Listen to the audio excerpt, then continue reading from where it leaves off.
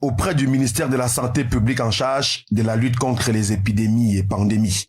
Il était âgé de 75 ans.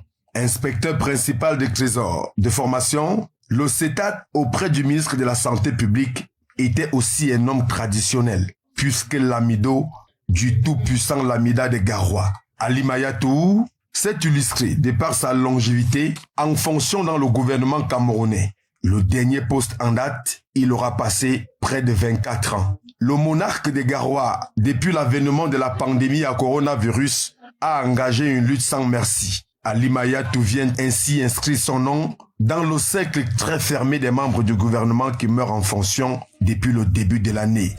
On se souvient du décès d'Adoum Gargoum, ministre délégué aux relations extérieures en charge du monde islamique. Et toujours dans le même registre, décès d'Halim Hayatou, le ministère de la Santé porte le deuil au secrétariat d'État à la Santé où officiel illustre disparu. Le climat est morose et les collaborateurs sont sans voix. Ceux qui s'essayent à quelques échanges gardent de lui l'image d'un parent attentionné, simple et humble. Ambiance et témoignages au secrétariat d'État à la Santé, c'est avec Constant Écollet et Charles Essimbi.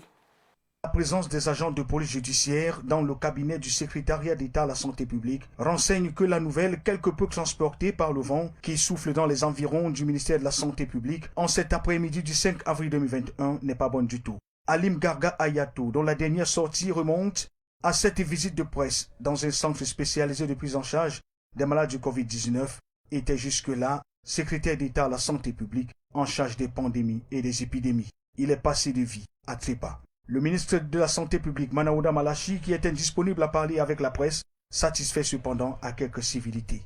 Il assiste à la posée des scellés au bureau du défunt. Le rituel bien connu s'applique au personnel d'État en difficulté avec la justice ou même happé par la mort, comme c'est le cas pour celui que plusieurs collaborateurs ont toujours considéré comme un parent. C'est un père, c'est un oncle, c'est un grand frère. Vous voyez? Moi, je l'ai connu depuis mon bas âge. Depuis mon bas âge à Douala. Donc, j'étais en vacances à Douala et puis on s'est vu là-bas et on s'est salué. Bon, mais depuis ce temps-là, on ne s'est pas vu. Jusqu'en 1997. Quand il cherchait un particulier à leur par le canal de mon beau-père.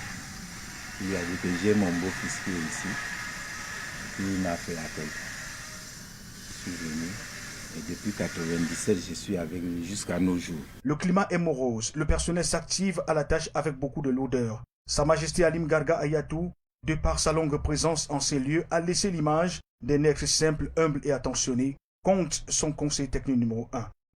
Et je pense qu'il n'était pas seulement un père pour un groupe de collaborateurs, c'était un père pour tous les personnels de la santé. Il y a 3 mots qui me viennent, bien que nous soyons saisis par la douleur et la consternation. C'est humilité, simplicité, douceur. Et je pourrais ajouter un 4e, jovialité. Il avait toujours un petit sourire, un petit regard, un petit geste pour tous les collaborateurs qu'il rencontrait, que ce soit dans le couloir, que ce soit en salle de réunion.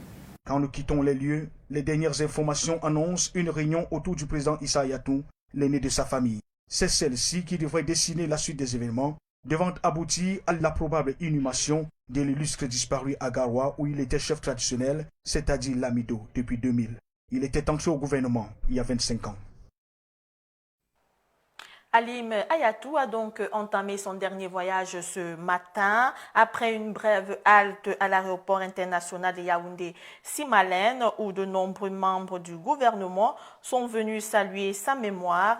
La dépouille de l'illustre défunt a été transférée à bord d'un vol pour Garoua, sa ville natale, où des hommages officiels lui seront rendus en présence du représentant du chef de l'État Paul Biya en la personne de Manaouda Malachi, ministre de la Santé publique. Et parlons d'autre chose à présent. Le ministre de l'Éducation de base a déjà la réflexion organisée vers les examens de fin d'année scolaire 2020-2021. Un séminaire de formation des personnels des services déconcentrés a été organisé en Bankomo, impliquant les organisateurs des examens et concours. À l'ordre du jour, la gestion des épreuves, des budgets des examens et surtout la tenue de cette session des examens et concours de fin d'année scolaire sans coronavirus. Plus de détails avec Lavoisier Sama. La préparation matérielle et l'organisation des examens et concours sont les principales préoccupations qui réunissent ce jour les acteurs de la direction des examens, des concours et de la certification dans la métropole de Bankomo. Pendant 5 jours, ils auront la responsabilité de répondre à des problématiques majeures pour le bon déroulement des examens à venir. Vous aurez à plancher sur les thématiques ci-après. État de préparatif des examens et concours de la session en cours. Recouvrement des frais d'inscription. Élaboration des budgets provisionnels. Au-delà de ces préoccupations et pas des moindres, le séminaire a pour objectif l'organisation de ces examens et concours à l'abri d'une potentielle contamination des élèves à la pandémie, à coronavirus. Vous savez que l'année passée, on a pris des mesures spéciales. On avait 25 candidats par salle. Cette année, on va continuer. Comme le secrétaire d'État l'a dit, on va étudier combien de candidats nous aurons par salle, combien d'examinateurs nous aurons par salle. L'année passée, par exemple, on avait les épreuves DPS seulement par écrit. Cette année, nous allons envisager de les faire de façon pratique, mais il faut qu'au cours de cette séance, nous étudions quelles sont les mesures que nous allons mettre en place pour que nous le fassions de façon que nos enfants soient en sécurité. Les travaux issus de cette concertation permettront, selon les participants appartenant au sous-secteur éducation de base, de parer à tout dysfonctionnement lors des examens, conformément aux nouvelles orientations contenues dans la circulaire relative à la saine préparation et à la bonne organisation des examens et concours de la session 2021. Également dans ce journal, prime pour la qualité du cacao. 97 producteurs du département du Dja et Lobor, région du sud de Cameroun, empochent plus de 13 millions de francs CFA ce 5 avril 2021 à Djoum. Le ministre du Commerce, Luc Magloabaga Tangana, a présidé la cérémonie et relative. Reportage Amandine Atangana, Arnold Essama. La caravane de paiement de la prime de qualité aux producteurs de cacao au titre de la campagne cacaoyère 2017-2018 se poursuit. Après les départements d'Umbam-Ekim, Djumbam et Noubou, de la Léké et d'Undé, elle s'est déportée ce jour dans le département du Dja et Lobor, région du Sud, 5e étape d'une série de 16. Les producteurs de cacao s'étant illustrés dans la vente des fèves de qualité, 97 au total ont reçu une enveloppe de 13 millions de francs CFA. Cet argent va vraiment aider non seulement ma propre famille, parce que en plein mois de mars, c'est un peu difficile pour les cacaoculteurs. Et ensuite aussi fêter un peu. J'ai reçu 250 000. Je suis tellement fière et ça m'encourage de plus en plus de travailler le cacao dans mon arrondissement de Djoum. J'ai eu un montant de 230 000 francs, dont je remercie beaucoup son Excellence le Président Paul Biya de nous encourager dans notre agriculture pour qu'on aille vers l'émergence 2035.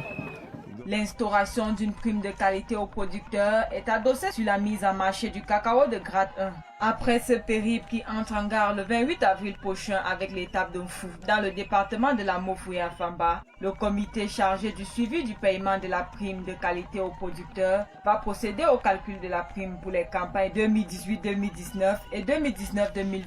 S'en suivra le paiement aux producteurs des montants correspondants.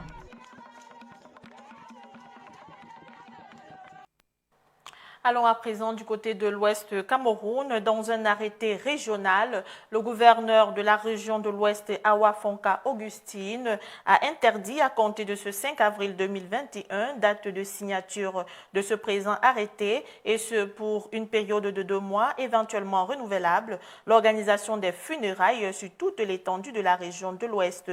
Le gouvernement a par ailleurs proscrit que toutes cérémonies populaires, mariages, obsèques, concerts et autres sont soumises au respect scrupuleux de 50 personnes ainsi que toutes les autres mesures barrières édictées par le Premier ministre, le chef du gouvernement.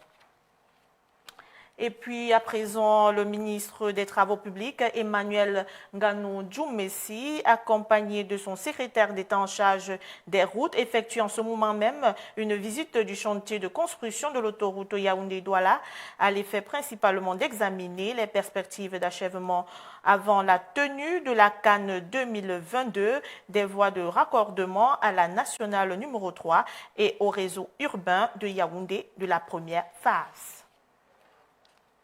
Et puis à présent au Nigeria, hors de nos frontières, plus de 1800 détenus se sont échappés ce lundi d'une prison de l'État d'Imo dans le sud-est du Nigeria après une attaque perpétrée par des hommes armés, ont déclaré les services pénitentiaire nigérian. De son côté, le chargé de la communication des prisons de l'État d'Imo, James Madugba, a confirmé l'attaque et affirmé que la situation est sous contrôle, invitant les habitants à continuer à vaquer à leurs occupations. Et voilà donc qui met un terme à cette édition du journal. Merci de l'avoir suivi. Prochaine session d'information, c'est à 20h avec Donald Agnozoa. Bonsoir.